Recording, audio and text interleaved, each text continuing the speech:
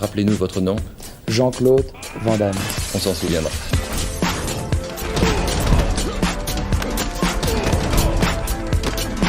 Van Damme Express.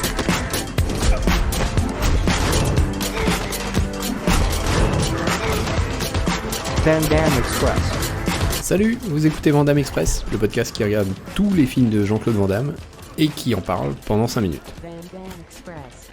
Aujourd'hui, on va parler de Répliquant, de Ringo Lam, qui s'est sorti en 2001, une époque où Van Damme a quand même plus de succès dans les vidéoclubs qu'au cinéma.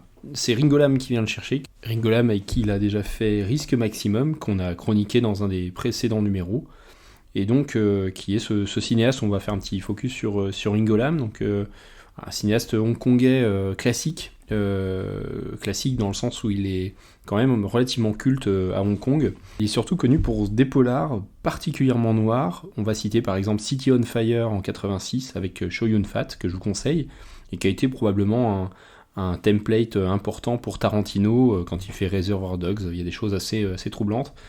On peut citer aussi Full Alert, qui est le film qui suit ce répliquant, et qui sera son retour à Hong Kong, et qui est plutôt pas mal. Voilà, donc Ringo Lam qui nous quitte en 2018 et qui a une carrière plutôt sympathique. Donc pour ce répliquant, Jean-Claude Van Damme va incarner deux personnages. Il va incarner Eddie Garotte, dit The Torch, la Torche, qui est un tueur en série, qui tue que des mères souvent isolées, et qui les brûle vives. Voilà, c'est un peu sa marque de fabrique. La police est sur les dents et cherche à l'arrêter.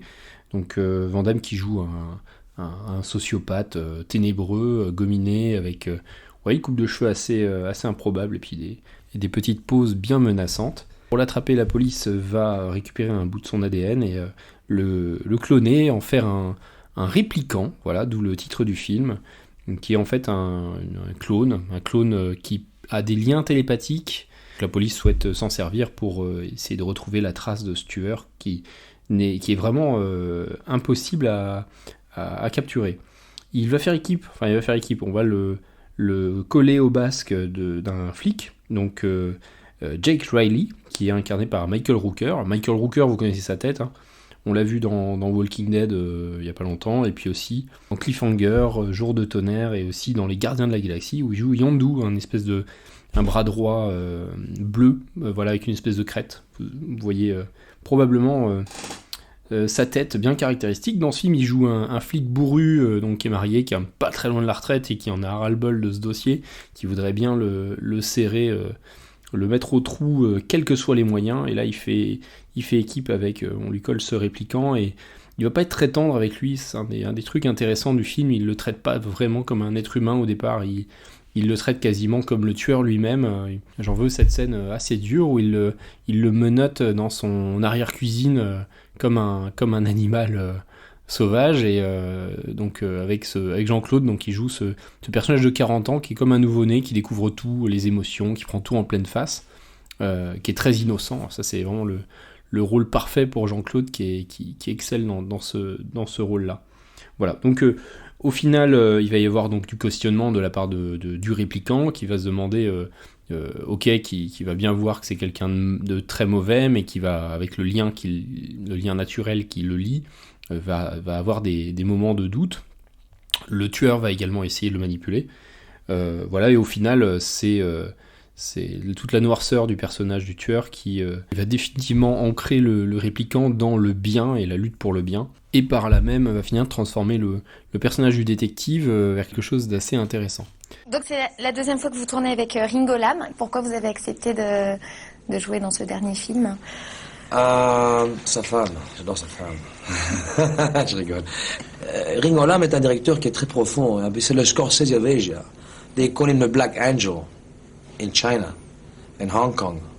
L'ange noir. Pourquoi ? Il renvoie tous les gens du film. Il veut tout parfait. Alors il a fait ce film-là et il m'a beaucoup aidé. Il m'a énormément aidé. Il a pu réveiller un petit soupçon d'acting dans moi, et je crois que j'ai fait du bon travail. Et c'est pas de la fausse humbleté. Moi, je crois que j'ai fait un super travail. Puis il y a des grands acteurs où je peux pas me comparer. Artistiquement, c'est un film dans la lignée de Risque Maximum. Donc quand on est dans les scènes d'action et le polar, c'est vraiment très très efficace. Il y a la ville qui est décrite d'une manière assez efficace aussi. C'est quand même classique. La photo ressemble à un film des années 80, clairement. C'est un petit peu daté. Pour autant, c'est pas désagréable. Le rythme est plutôt bon et l'évolution des personnages est vraiment intéressante. J'en veux, par exemple, il y a une relation entre Van Damme, donc le répliquant, et une prostituée en fait qui est dans un monde ultra violent et toujours ce mur de violence que se prend le répliquant. Et cette relation va être vraiment intéressante. La mise en scène, la direction d'acteur, le rythme, voilà, va aboutir à quelque chose d'un petit peu kitschou, mais pour l'évolution du personnage, c'est vraiment chouette. Je lui mets la même note qu'à Risque Maximum, je lui mets un 6. Concernant les bagarres, je lui mets un 7, ce qui est un petit peu moins bien que Risque Maximum. On est moins dans un film d'action que dans un polar. Les bagarres sont toujours très bien chorégraphiées, les scènes d'action sont très lisibles. Et on a droit à une scène finale où les deux, le répliquant et le bad Jean-Claude Van Damme, s'affrontent. Et cette scène est vraiment remarquable. On ne voit que du feu. On se demande comment ça a été fait, bien sûr, avec des doublures, avec des prises d'angle. Mais c'est vraiment remarquable. Voilà. Pour ça, je lui mets un 7. Et un petit bonus Jean-Claude Van Damme, de plus 1, parce qu'on a toujours Jean-Claude très investi dans ses rôles. La partition de tueur n'est pas toujours très convaincante, mais son interprétation du répliquant vaut vraiment le détour. Voilà, donc plus 1, ça lui fait un total de 7,5, et ça le place à la 5e place, donc juste derrière Risque Maximum, film plutôt recommandable de Jean-Claude. De toute façon, c'est aussi une période où Jean-Claude va multiplier les sorties télé qui vont rester malheureusement célèbres, avec ses Aware et ses histoires de pommes et de pectine. Il mettra quasiment 20 ans à se refaire une image. Voilà, on a traité 2 Ringo Lam Van Damme sur 3, il me tarde de regarder le 3e, le résultat est plutôt agréable. Nous, on se retrouve dans 15 jours pour un autre film de Jean-Claude, probablement un peu plus récent celui-là. À dans 15 jours. Van Damme Express.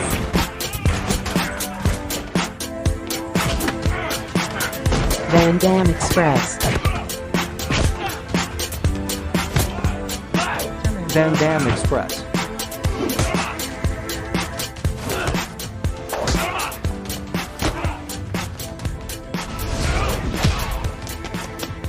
La route. Là où on va, on n'a pas besoin de route.